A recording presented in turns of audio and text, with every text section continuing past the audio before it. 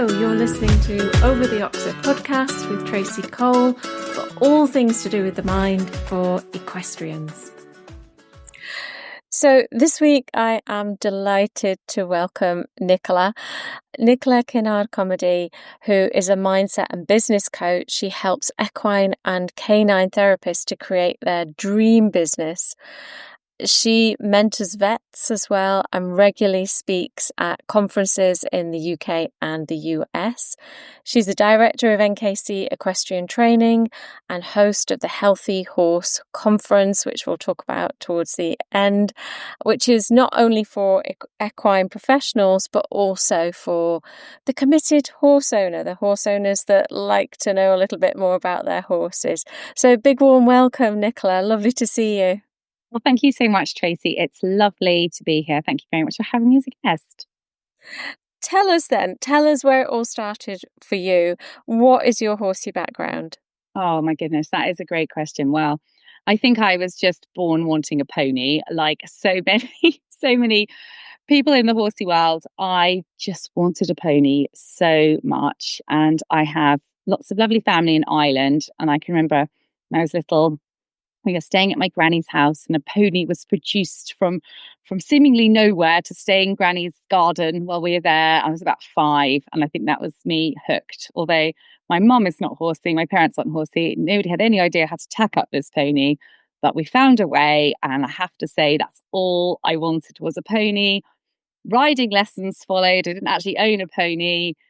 Pony shares followed. I bought my first horse at 21 and I just adored every minute I spent with horses.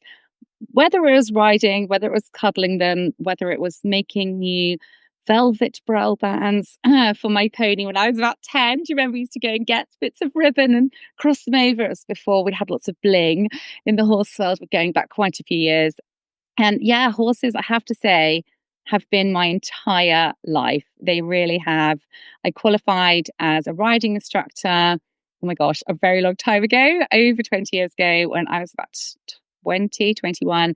And I was actually in the middle of a journalism degree because I wanted to be a journalist. And I was really miserable at university. It just really wasn't the right fit for me. And then I was like, so I decided I'd leave that. And I said, what on earth am I going to do with myself?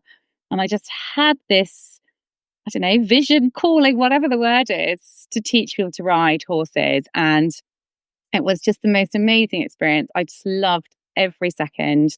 And although I don't teach people full time in the way that I used to, I am very fortunate to, still ride often. And you've always got that eye, you're always looking for how you and others around you can improve. So I feel like the training part has never really left. So that kind of starting to teach people in my early 20s. I've worked abroad and worked with horses in New Zealand. I managed a big centre in Greece. That was really a cool experience. Particularly, it's very, very different coming from the UK. Yeah, incredibly different experience. You just had to get on with it. It was amazing. Riding through the olive groves, show jumping would start at 10 o'clock at night. It was incredibly different from England. Yeah. But that was an amazing, amazing chapter. Then I was back to the UK, finished off my master's degree in equine science into running a big yard in Berkshire, which was on paper the dream job. In reality, I got very tired, very burnt out, working insane hours when I look back. And I took a bit of a break from full-time horses. I still had my own horse. And I actually ended up in corporate sales, working in a veterinary team. It was an amazing experience.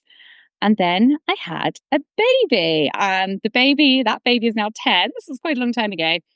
And I was still doing a little bit of teaching on the side. And I just reached this real crossroads where I wanted to be more involved with horses again.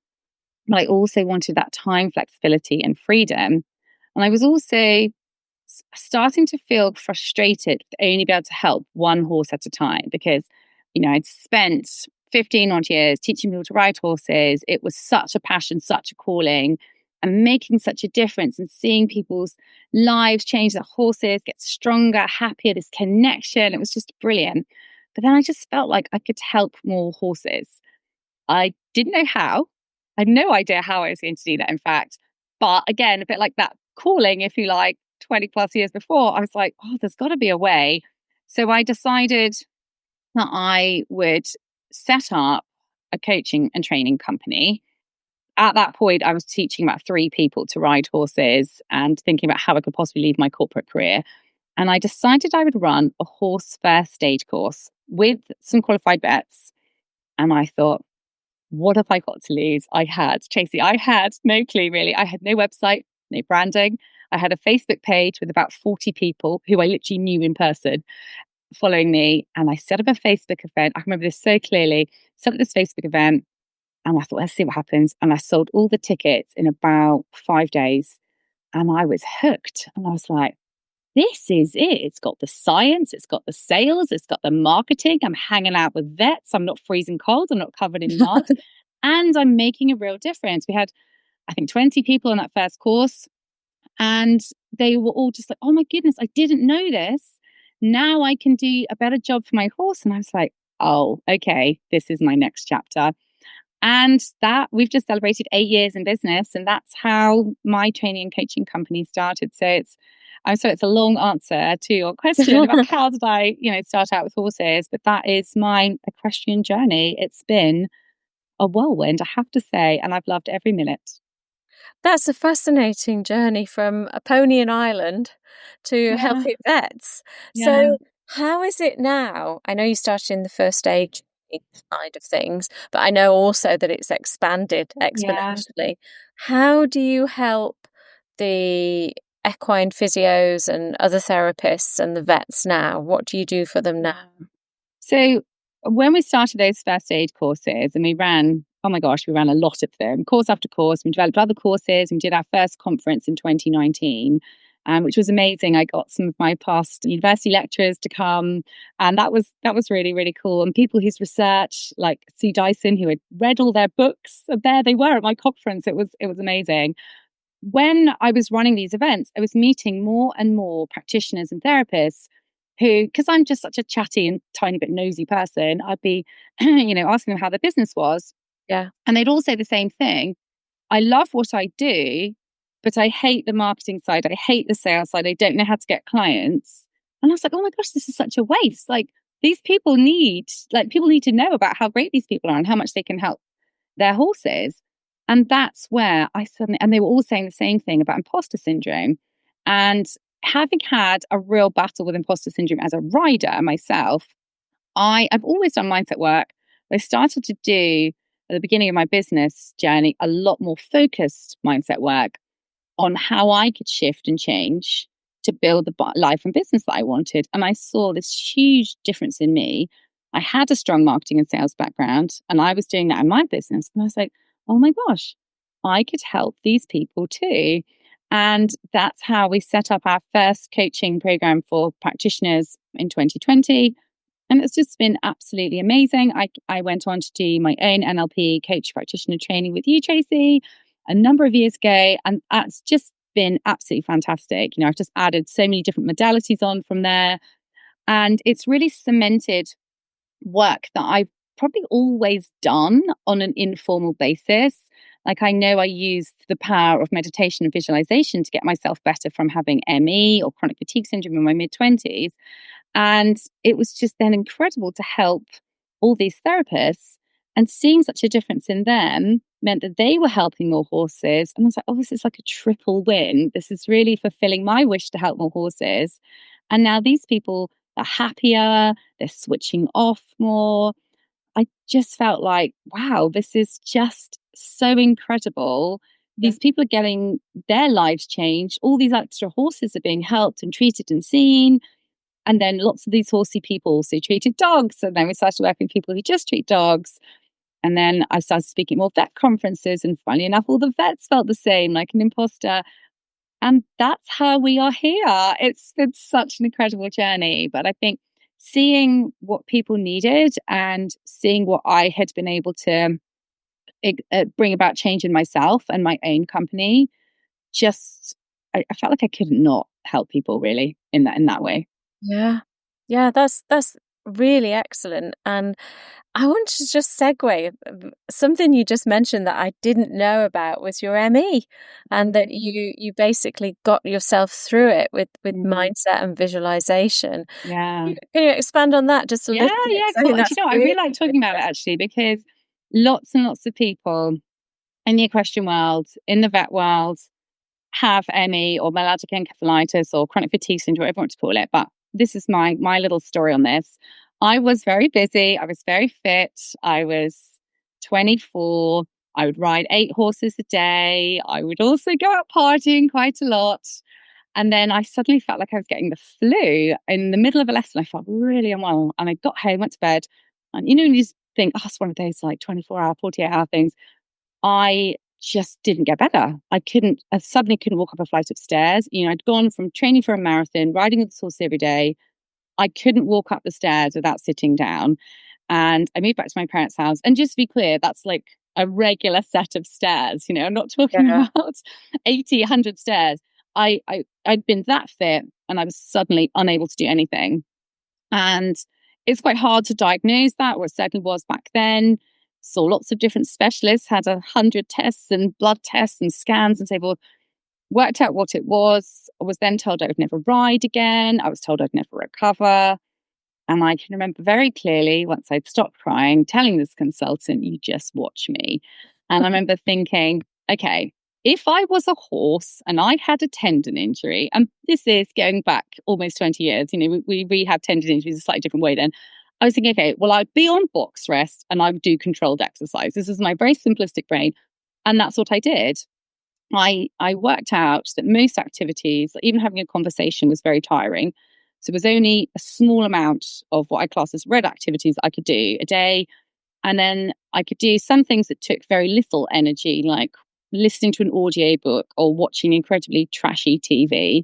I watched a lot of The Simple Life with Paris Hilton and Nicole Richie. They were that really just held me together at that time. And then green activities wasn't sleeping. It was deep meditative state. And I just saw myself being better in that time. And I was like, I'm going to ride, and I'm going to ride in walk, and I'm going to ride for 5 minutes for 3 times a week for the first month. And then I think I went to 7 minutes and then to 10 minutes. And I started doing a bit of trotting. And when I got to 10 minutes, I remember persuading one of my friends to ride my horse. Because at this time, I'd stopped driving. I was just so unwell, to ride my horse about an hour and a half away to a dressage center so that I could go and do a walk and trot dressage test. This is how much I was missing riding and competing. And I figured I had 10 minutes. So I think the test was like 4 minutes or something like that. So I was like, I can do 6-minute warm up and 4 minutes in the test. And I can't tell you how much that did for me when I was second in that. So it was probably about 10 people in the class, but that was just such a huge boost. And I just kept knowing and seeing that I would be better. I could see myself in the future, really far in the future. I could see myself with children in the future. And I was told, oh, probably won't be able to have children because you're a bit like, oh, you're sick, tired, never be able to ride again. And I just saw myself doing things. And I think it really was the power of resetting my brain, retraining my brain. I didn't even know what my nervous system was at that time, but I think I probably accidentally did a lot of resetting of that. And I just convinced myself I would get better. And it makes me sad when I hear about people all the time. Oh, so-and-so's got this, and oh, they've had it for 30 years and never got better. It took me 2 years to get totally better. I did also do a master's degree part-time, which was really hard in that first year because I would literally do a 3-hour training session at uni.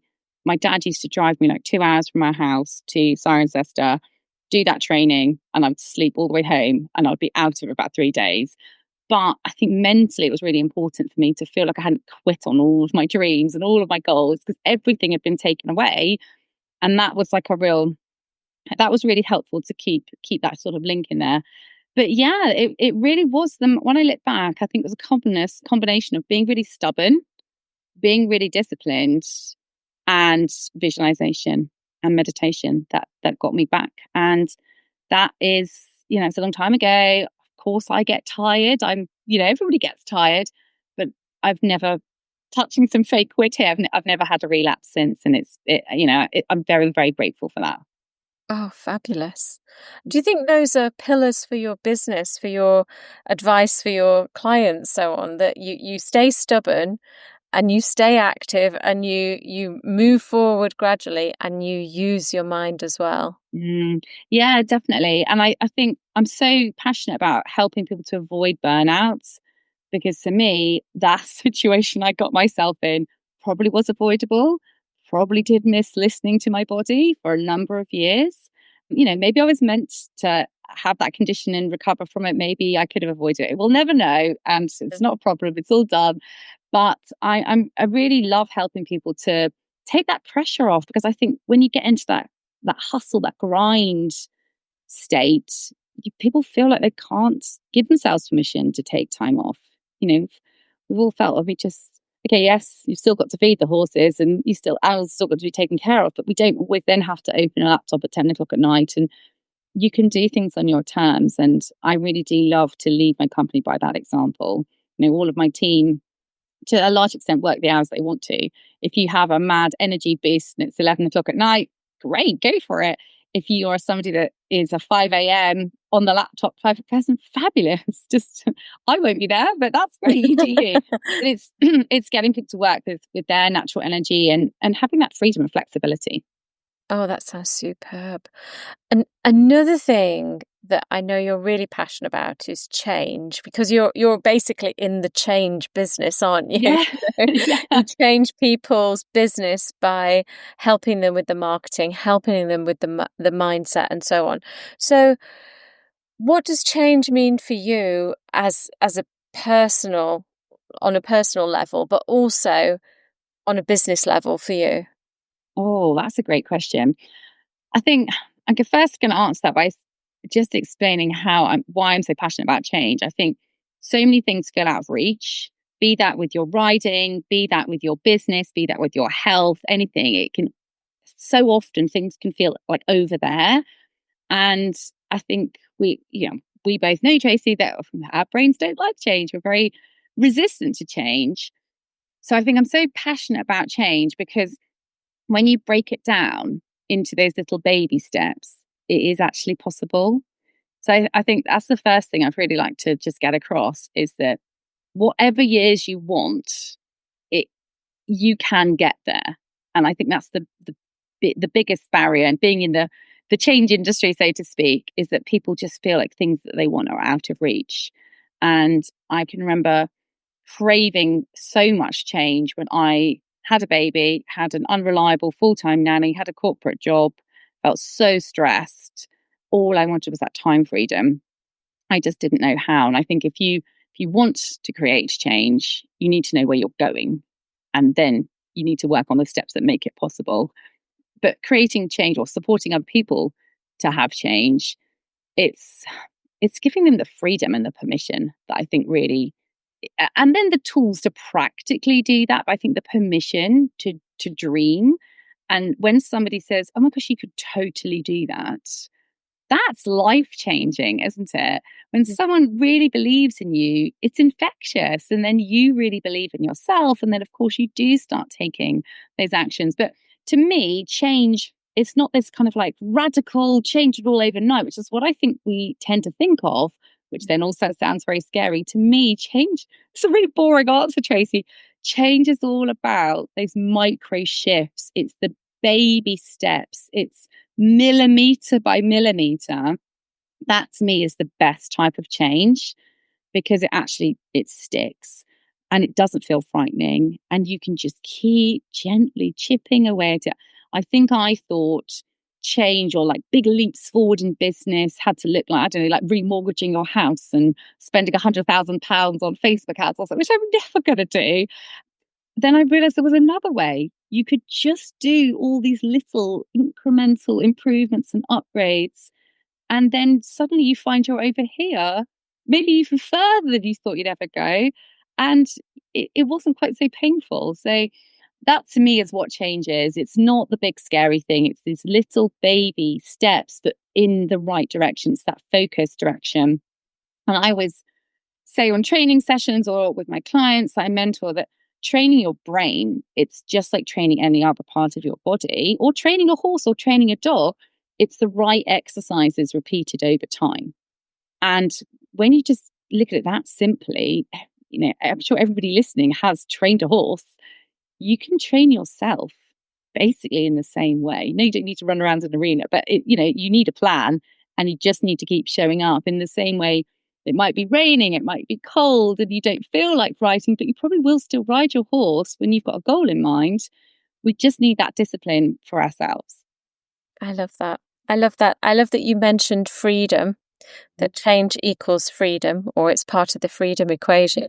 I absolutely adore that, because I think that's what people really are seeking, especially as equestrians. We want the time to ride. A lot of people work and they choose their particular job so that either they can afford the horse or hopefully they can find the time to ride. So once they go, sometimes people go into these equestrian businesses, don't they, where you're a solopreneur, you're the only person in the business, you're a therapist, you're on the road, you're treating horses and so on. Or you could be a coach, a riding coach as well. And they go into it because they want the freedom, but it doesn't give the freedom automatically. Yeah, totally. And I think sadly for so many equestrian businesses, the typical business model is, I call it the one horse model. You see one horse with a lesson, you treat them, get in the car, or the next one's there on the same yard. And it's like a conveyor belt. And the mark of success just becomes more people, more hours. And then suddenly you wake up and find you've left the house at 6 a.m. You got home at 8 p.m. Your own horse hasn't seen the light of day. Obviously, it's been looked after, but you haven't been able to do what you want to with your own horse. And that's where I love supporting people to create the business that they want. Because I think so often we build a business we build a life as well, based on somebody else's idea of success. Yeah. Not actually what we want. There's so many people listening have gone through that sort of particular leave school, pass exams, do this, next step, do this. And then you can wake up and think, cracky, I don't think this is actually what I want. And that stuck feeling, I've been there, it's horrible. And I would just love everybody listening to just know that you've got all the tools, particularly if you're listening to this podcast regularly, you've got all the tools for change. It's just simply deciding where you want to go and just taking those micro baby steps towards there. And when you change yourself, you'll find that you're there quicker than you ever thought possible. And you'll wake up one day and you'll realize you're living that dream life, that life you craved, that freedom, that time freedom, whatever it is, you'll find you're there. Great. Now we were chatting just before we started recording, and it's to do with change as well, about change in the horse world, so on a grander scale than one horse, one owner, but with the vets and the owners and also the elite riders. And we're talking about this massive, almost a revolution. It's a very slow revolution, I have to say, but this revolution in thinking about horse welfare and change. So what's your take on all of that? Oh my goodness. I think the equestrian world has got to a little bit of a crossroads right now, Tracy, where we've got lots of great information. And I think in some ways it's never been a better time to own a horse or be involved with horses, because we've got the most incredible information at our fingertips. We were talking before we started recording, weren't we, about back in the day when you had to get a book off the shelf or go to the library and research something. We've got so much at our fingertips, which is great. But then we've also hit a bit of a barrier where the general public are perhaps not quite so pro equestrian sport. We've had a few high profile welfare cases in equestrian sport. And I feel like there is this huge need for change. And I think there's a hunger for change. And I think there's owners waking up realizing that perhaps just because they've done things the same way for 20 years, maybe there's a better way of doing things. There's lots of people leading kind of very small little revolutions, if you like. And I think that is so, so powerful, because I think the horse world has got to change a little bit. We know more, so we should be doing more. What we used to maybe think of as a horse that was, oh, he's just a bit fizzy. Maybe now could be pain, and we just didn't know. But I think now that we do know so much more, we can't ignore the growing body of evidence about what makes a horse happy and healthy, what gives a good relationship. In the same way that, you wouldn't expect to have a riding lesson and just someone scream at you and tell you you're rubbish, which was a common way. That's certainly how I was taught to ride. That's, coaching, thankfully, has changed massively in the equestrian space. And I think that the rest of the horsey world is catching up. I think there's a real appetite for change. I think it's a good time for change because we've got all this information. And to me, change, we can't just sit there waiting for a governing body or our riding instructor or whoever to tell us to do things differently. I think we've all got to take a degree of personal responsibility and start looking at what we do with our horses, how we do things. Is there anything we could do better? In the same way that we could look at, I don't know, our own health or fitness or nutrition, we could probably all do 1 or 2 or even 5% better. I know I could. And then if you apply that to your horse, it doesn't have to be radical, but maybe there's a way that things could be slightly better. Maybe your horse get more access to horsey friends, or maybe they can have more turnout time, or maybe there's a different way you could bring them for the field or get them ready to be ridden, or there's a million ways you could look at this where they would get what they need. And I think this is the time to make sure horses are getting what they need as well as we are getting what we need. Yeah, that's a lovely explanation. And I suppose that leads us on to your conference in November, the Healthy Horse Conference. Yeah. Because you're having lots of big name speakers talking about the current status of the horsey world from different angles, but also a lot of people who they may not be standing up as welfare people as such, but they are talking about ways in which we can improve a horse's life too. Tell us a little bit about this conference, because it's really exciting. Oh yeah, well we started this conference. We first ran this conference in 2019. This is the fourth Healthy Horse Conference, and my aim has always been to bring the latest research, the latest thinking, and present it in a way that we can actually do something different. Because I love reading research articles. I was at a research conference a couple of weeks ago. It was amazing. But actually, I don't have anything to go and put into place. And having read so many academic papers over the years, which are all fascinating, you read it, you shut it, close the laptop, whatever, and then you go back to doing the same thing. And that's the reason we set up this conference, is to provide that bridge between what is the latest thinking and what you're doing in the everyday world. So be you a horse owner, be you a coach, a trainer, a saddler, sports massage therapist for horses, a vet physio, doesn't matter. Everyone's got day-to-day life with horses, and how can we take this latest research, latest thinking, and just put things into practice? So that's why we set up the conference. This year, it's all about empowering our attendees for change. We're looking at rehab. We are looking at updates from the vet world. We're looking at assessing the horse's quality of life. Got a really interesting talk. I'm really looking forward to this one. I'm looking forward to particular. It's all about seeking permission from horses. So we're not just, oh, hi horse, boom, head collar on, slap the saddle on, off we go. How can we have a more joined up, way of being with our horses? How can we seek permission so that we do things with our horses, not just to them? We're looking at AI as well. How can AI help our horses? We've got a really interesting piece on environmental changes that anybody can make. Because again, I think I've been in this position as well. You see like a beautiful track set up on social media, and then you think about your livery experience where perhaps your hands are totally tied and they seem just so far apart, and the track system, whatever that system looks like, seems so out of reach. But actually our speaker about environments is going to be giving people the kind of practical ideas, also the power to make subtle changes to your horse's environment. Because that's where we might spend an hour a day riding or doing things with our horse, but it's the other 23 hours a day that to me are so important. And how can we set that up so that we've got happy, healthy horses all of the time? So yeah, we've got a real range of topics. It's all about empowering our delegates to leave ready to make better choices, put best things in place for the horses in their lives. It's for horse owners, equine practitioners, and equine professionals. And yeah, it's going to be an amazing event in November. It's a hybrid event, so people can join day one in person if they'd like to come down to Berkshire.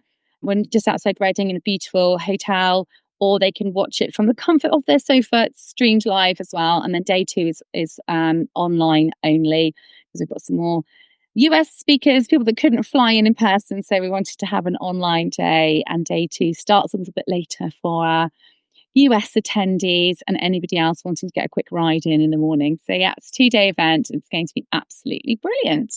Oh, lovely, lovely. And also, we said before, although you've aimed it partially at the equine professionals, interested horse owners, the type of horse owners that go and read up about horses and horse conditions, and that they would be very welcome as well. Oh, 100%. The horse owner who goes to like the vet evenings, the horse owner that reads, the sort of longer articles, and like, yeah, 100%, please do come along. You'll be most welcome, and you'll take so much away from it as an owner as well as a professional. And we've got a little discount code. We have a little discount code. Yes, we have. So we have given all of the listeners a special discount code to get 25% off their conference tickets, whether that's in person or online. That code is applicable for both. Great. I will put the link to the conference and the link to the, not the link, but the discount code in the description box, so everyone can have a little look at that. That's brilliant. So where do you think then, looking ahead into the future, and because you attend a lot of these conferences and you also put them on yourself, where do you think we're heading in terms of riding and equestrianism in the 2030s maybe? That is a great question. Sorry, it's a real curveball question. It's a great question. It really is. The reason I've paused is because I was thinking the other day, sometimes I just think, oh my gosh, should we even be riding horses? I think we're going to get to a point where we cannot ignore what the research is telling us. And I think we're at this moment where we really do need to listen. But, another 10 years on, things will have to have changed. We won't be seeing unhappy horses, I hope, particularly in the public eye at that top level of sport. And I really hope that we'll be getting to a place where horses can be horses as well as tick whatever boxes we need from them. Because I think sometimes we can go too far the other way, and I think you can get to a point where your horse can be really happy and do whatever you want them to do. I think of horses that I've had over the years where maybe they didn't like doing one thing, but then we found what they loved, and it was like everybody was happy. I had basically a pony, a big pony years and years ago, who then discovered the love show jumping. She kind of tolerated, but she discovered the love of drag hunting quite late in her life. And that was just her happy place. It really was. She just adored it. And I wish we'd really that sooner, but I think the more we can listen and find that place where you can get what you want as an owner, as a rider, as a professional, and the horse can get what they want and need. That to me is hopefully where we're headed. Oh, lovely. I love that. And I think it's going to come. I really do think it's going to come. Not yet, not next year or the year after, but it will come. I think that'll be... I think looking to some of the amazing research that's coming out, and looking at like the power of AI tools, where we can be, like, for example, there's a training mirror which will tell you how much of the time your horse's head was in front of the vertical, on the vertical, behind the vertical, and that's just one example. I think if we could harness some of these amazing tools, it would be so much easier to avoid accidentally missing things. Because I think for the vast majority of owners and trainers and professionals and riders, we don't want to do a bad job, but it is easy to miss things. Oh my goodness, I've missed so much over the years. And I think if we can harness new tools, new research, new technology, it'll be even easier to help horses in the future. Yeah, What a lovely note to end on. Just before we go, do tell us where we can find you on the internet and socials. Oh, of course. So if you head over to nkcequestrian.com, you'll find details of the conference. You'll find we've got lots of free resources on there. You'll find lots of articles about horse care, running a business, mindset. So do look there. On Instagram, it's NKC Business Coaching, and you'll find us on Facebook at NKC Equestrian Training. Brilliant. I will put all those links again into the description box so people can have a little look and follow you.